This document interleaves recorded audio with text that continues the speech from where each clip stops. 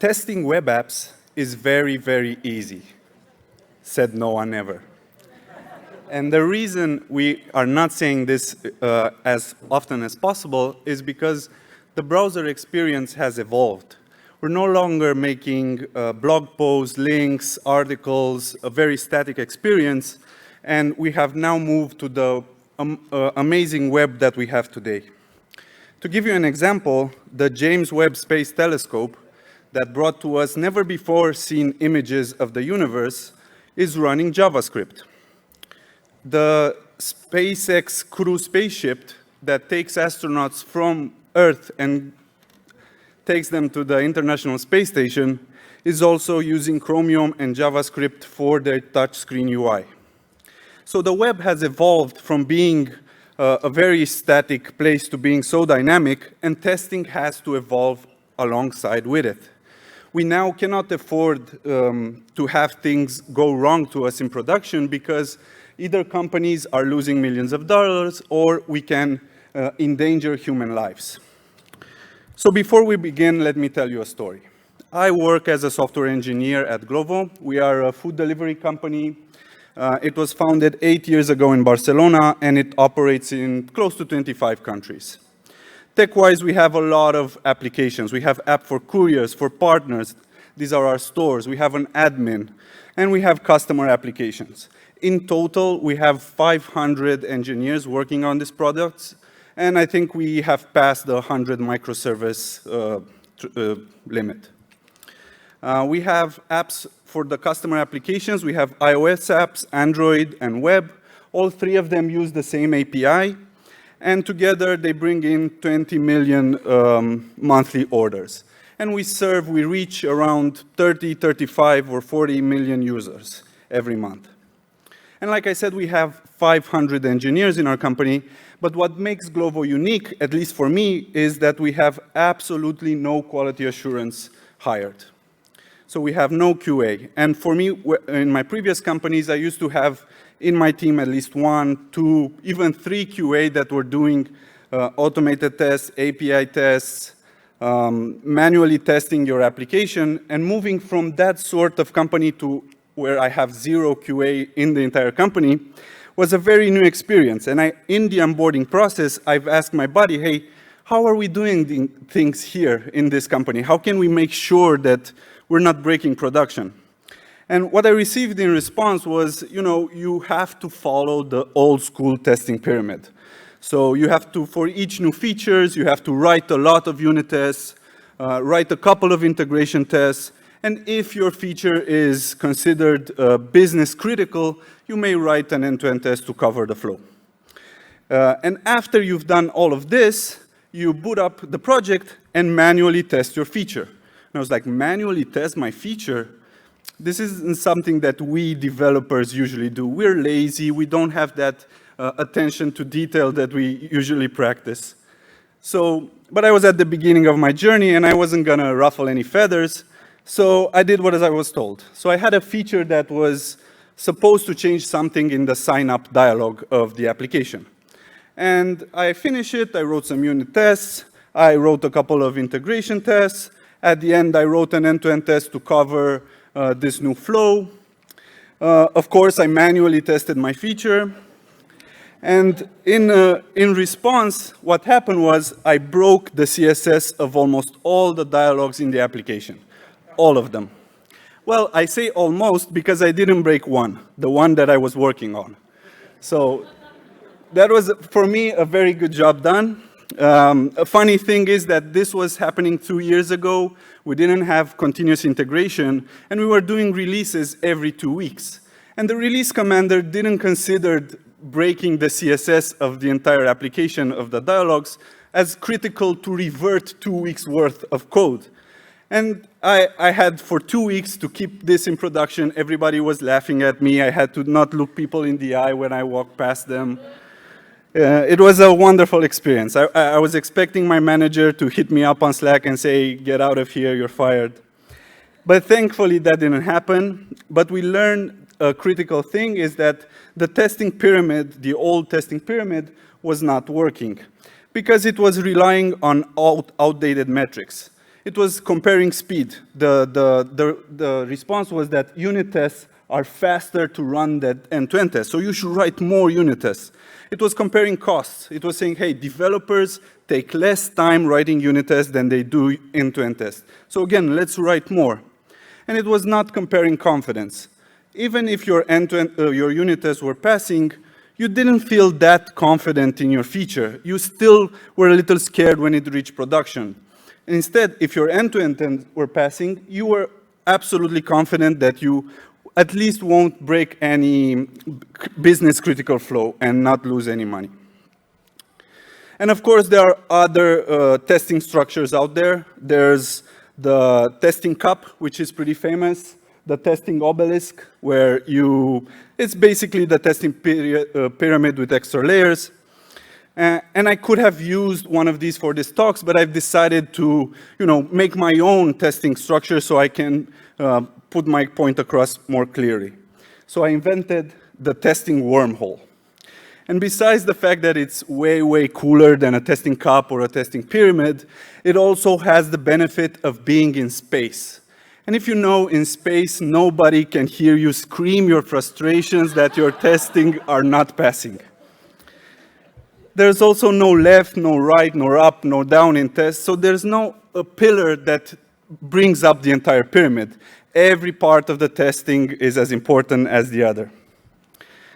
So for today, I'm going to talk about 3 pillars of the testing wormhole: lazy tests, unit tests on steroids, and feature tests for the front end. And when I say lazy tests, I mean tests that you usually code it and forget about it. You don't have to maintain them. You don't participate actively in every PR or feature that you write. You wrote it in the beginning of the project, and you forget about it, and you don't touch them again, only when you need to update to add extra rules. So basically, they're like the static checks that you need in a project. And how we do this usually is you have to automate your commits. So we're using a third-party library called Husky, which generally allows you when you have, before you publish a commit message, it runs whatever scripts you declare it in your package JSON. So for us, a typical example is to run our linter rules. So we want to make sure that everybody in the company is following the same coding standards. We want to check for typos to see that there's no typos in our code when we push a PR. We have all sets of rules, like we want to enforce better accessibility practices. We want to make sure you're not importing components directly. We want components to be part of a module, and in that way, we enforce the modularization of the application. And in the future, if we want to move to micro frontends, that's fine. We already have that modularization in place enforced by these rules. And another type of lazy test that I'm going to talk about is performance tests. Now, I'm not going to go into detail about performance. You can fill an entire conference talking about it. But the main 3 pillars as defined by Google are LCP, FID, and CLS.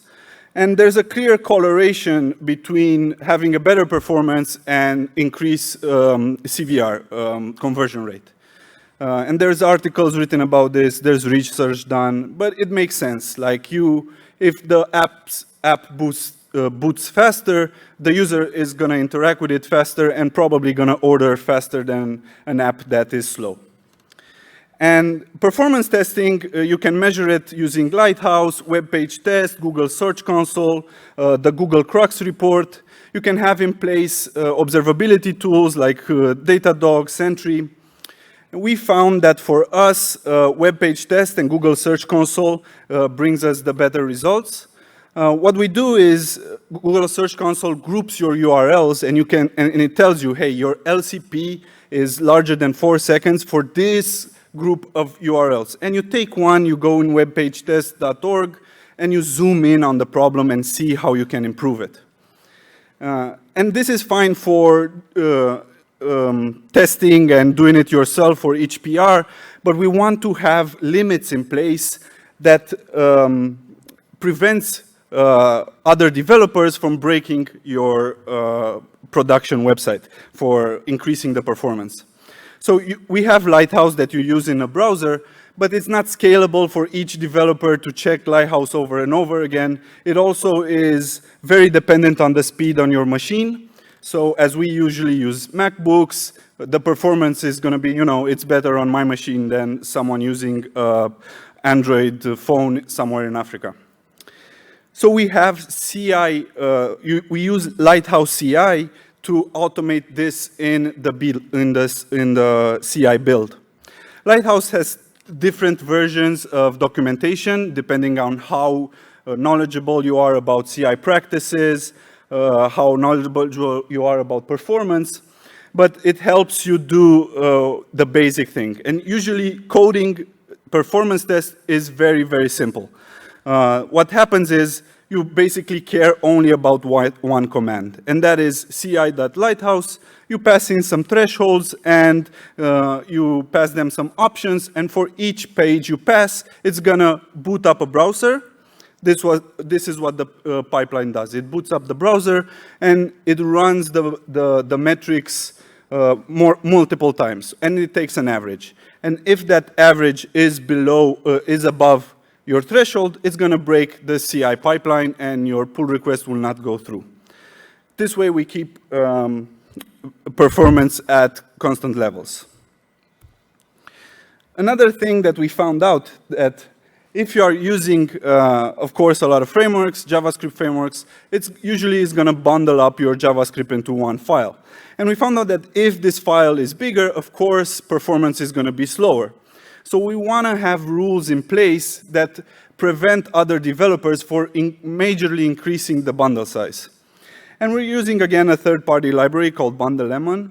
This is a wrapper upon a much more popular library called Bundle Size. And here we can set up limits to the bundle. So if we want to say, please don't go over 200 kilo, it will break the PRs that are trying to go afterward. And why we're using another wrapper about bundle size is because it also comes with an ability to limit max percentage, not just the hard limit.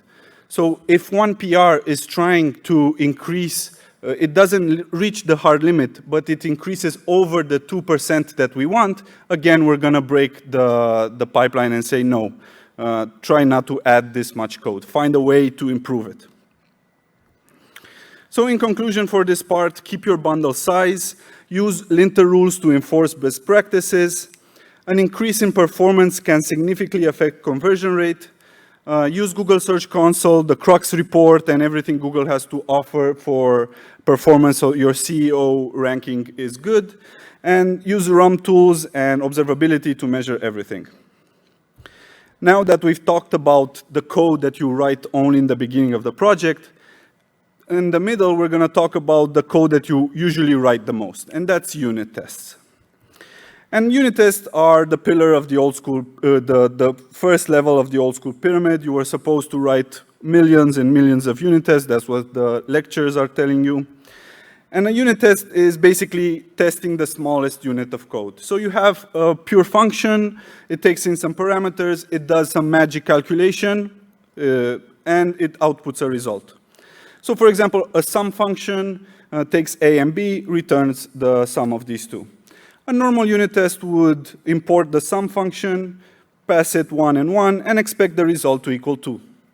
Now you may go a little bit further and try some different parameters. You will say, hey, let's try negative numbers and see that the result is, as expected, -2.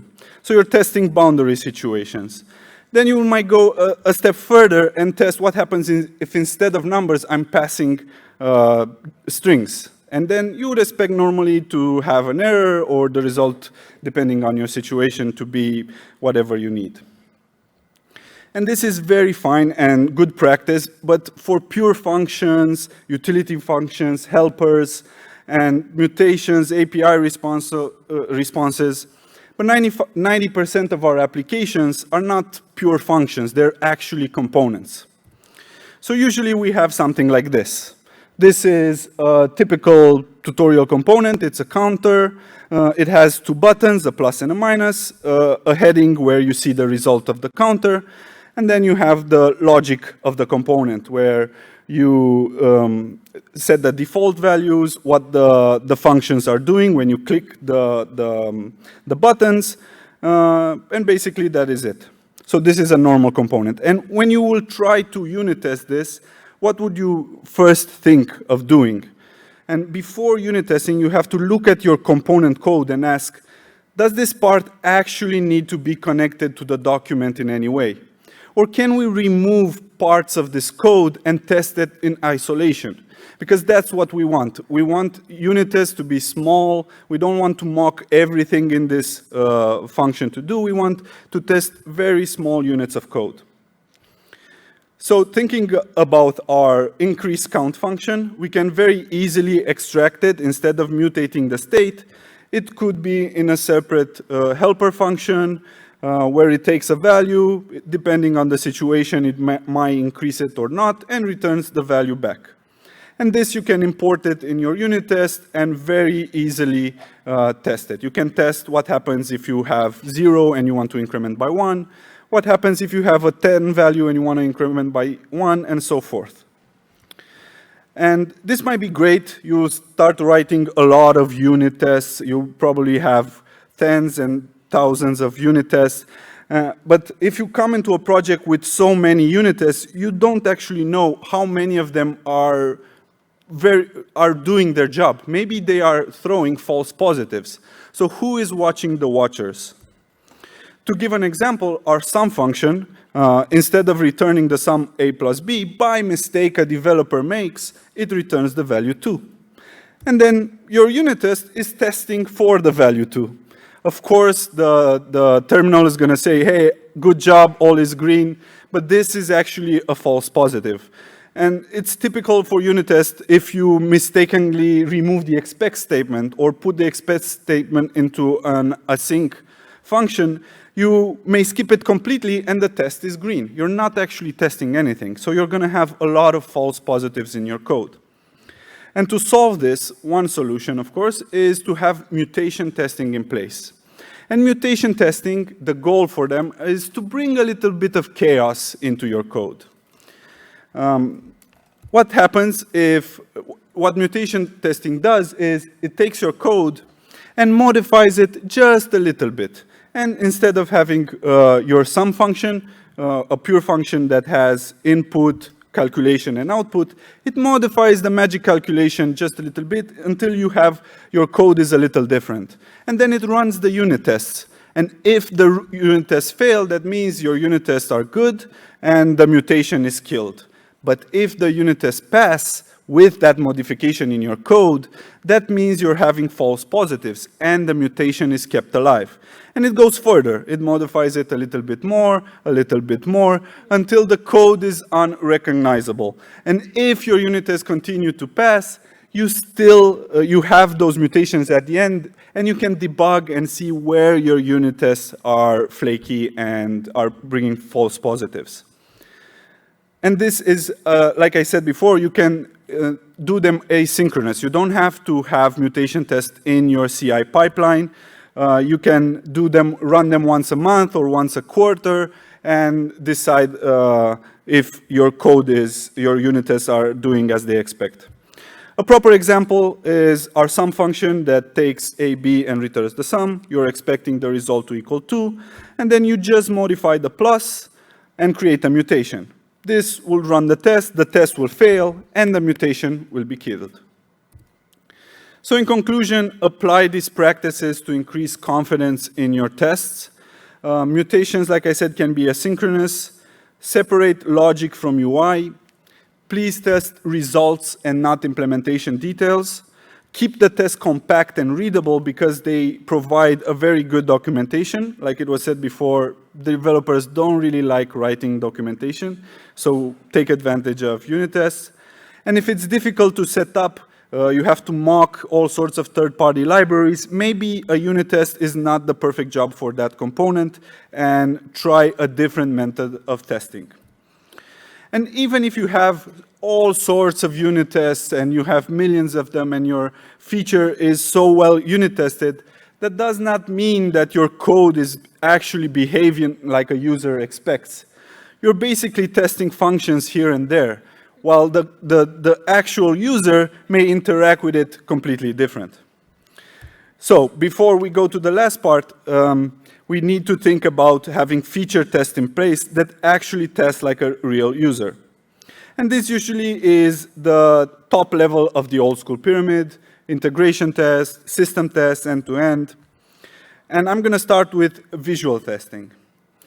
Visual testing are very simple to write, exactly like performance tests. You just need basically one command, set up the test and say, hey, go to this page and check it for errors. And that's it. Before you would have 10, 12, 13, 14 rows of code. Now you just have one. And what visual tests are doing is they're taking a picture of the master branch, what you have in production, and comparing it with your PR. And then it spots the difference. It does image comparisons, and it spots the differences, and it's going to tell you. The reason this is not a lazy test, and you actually have to continuously improve it, because usually visually your application changes a lot. So every time you don't have to change the code you've written, but you have to go and say thumbs up or thumbs down to the library that you're using if this change is actually breaking or it's an actual good change that you want to introduce. So this is what it does. It compares images. It's going to tell you afterward the result. So for example, you see here that some icons are missing, some text is different, and it's going to alert you of these changes. And you're going to say it's intentional or not. And if it's not intentional, it's going to stop the PR from merging. And you can go a little bit deeper, hover over elements, see what's is wrong, and make the decision for yourself. And now, once you have all of these in place, visual tests for each page that you visit, usually you look at the highest traffic of pages, you group those URLs into your routing components, and test just those pages. And once you have this in place, new joiners won't be breaking dialogues in your app anymore. You're going to have clear limits for your CSS. But the one problem with visual tests is that you can't actually test interactivity. You cannot test what happens when you scroll, what happens when you're clicking buttons. You can do it, you can force the library to do these sorts of things, but usually you introduce flakiness. So a better approach is to have component testing for your components. And going back to the counter button that we talked about before, we have the setup in the beginning, the increase count, the decrease count, and then the buttons and the result. What we should be focused on is obviously the result. We don't want to test implementation. We want to just see that the heading is showing what it's supposed to when you click the buttons. So you have, what component testing does is it boots a browser and just takes your component and starts a single page application app with that component. So it doesn't care about the rest of your application, it cares just about that component. And you can interact with the elements in your component using area labels, using CSS, using IDs. So basically what a user is seeing. You can say, hey, get that button that has the text add, and just like a user would see it, you would get that button. You can mount the component with props or with extra props, with whatever you want, and test different scenarios. And of course, you can test the buttons that they're working. You mount the component, you get the button, and then you click on it. And you see that the result, this is what we care about, is what we want to have. So in conclusion, using a real browser is necessary to test real components. Before, you would use a terminal if you wanted to do like integration tests, and you wouldn't actually know what's happening, what's really happening behind the scenes. Using a real browser, you can see exactly what is being rendered and what your user is seeing. And this is also good for the development environment. You don't have to boot up the entire application while you're coding. You can just boot up this component and see just what you're working on, and your laptop is going to be happier because it doesn't have to take out that extra energy that booting an entire application would cost. And of course, testing like a real user, that's the best conclusion that I can wrap up. And speaking about real users, I'm going to end the talk talking about, the more controversial topic and the solution we took to it. So this is end-to-end testing, of course. End-to-end testing for your features usually follows a user's journey from the beginning to the end. Usually, like in an e-commerce website, it would be like from the beginning of the homepage, you go to the catalog, you reach the product page, you put your products in the cart, and then you reach checkout and you pay. This is a typical user journey that you want to make sure in production is working correctly. And if you have worked with end-to-end tests before, you know that typically you encounter the same problems. They are slow. You have to wait for the API responses. They are very flaky because the API might change. You don't have that much control over it. And you're writing a lot of duplicate tests. So every time you're writing a user journey, in the middle, you may encounter the same segment. So you're retesting that segment again and again and again. So now what we decided at Glovo to do, which is a little controversial, is to mock everything. So we decided to mock the API, have contract testing in place, so when the API changes, the production does not break. We're running our end-to-end tests in parallel to make sure they're no longer slow, and we've implemented skip functionalities into our code to make sure we're not retesting the same segment over and over again. So mocking the API, we created in our application a mock server that we set up when the end-to-end tests are running. And this mock server is a proxy to the real application, the real backend. And when you run it once, it records the production results, and it saves that result as JSON files. So you have all these JSON files that you're receiving very, very fast from inside your own application. So you don't care that the API is down, that staging is down, that production is down, or anything else. Your pipeline is on block all the times because you're using the same API that is local. Of course, this is not ideal. We are serving JSON files, so it's very, very fast. And for a server-side rendered application, it happened to us that the browser was rendering so fast that the hydration was not happening. And Cypress was trying to click the buttons, but there were no event handlers attached to them, and the tests were failing. And we had to work around it a little bit, create some custom functions, slow down the response intentionally to simulate a real response.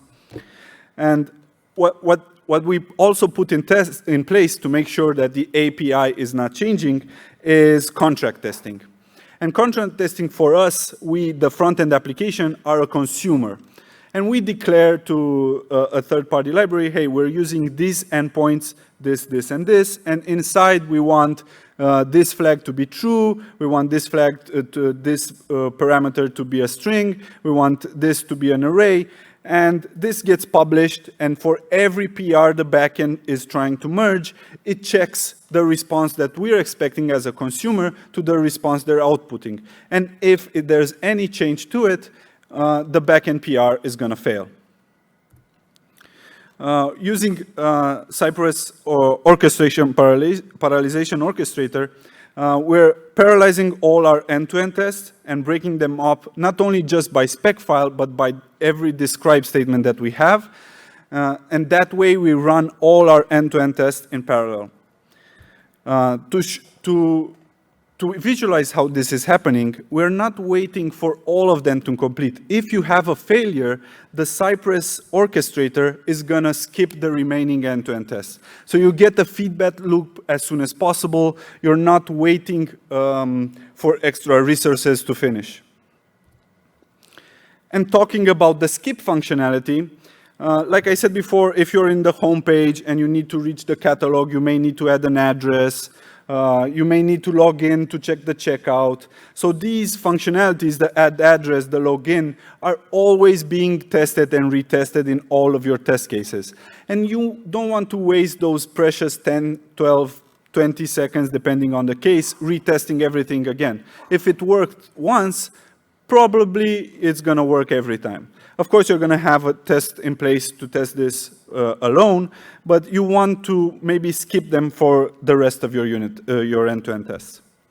And how we do this is, in your development environment, we have flags in the URL, and we specify, hey, user logged in equals true. That means we bypass that flow entirely. Or we take advantage of cookies, and we boot up Cypress or Playwright or whatever library we're using to simulate a logged-in user, or a user with an address, or a user who does not need to go through all of these steps. So in conclusion, CSS and design matter. Have checks in place like visual tests, so new joiners will not be breaking the app anymore. Use component testing like a user in a real browser. Test results and not implementation. End-to-end tests are flaky, but they give you the most confidence in your code that you're not going to be costing the company money. Don't duplicate tests for general functionality like login, and parallelize your tests in your CI/CD pipeline.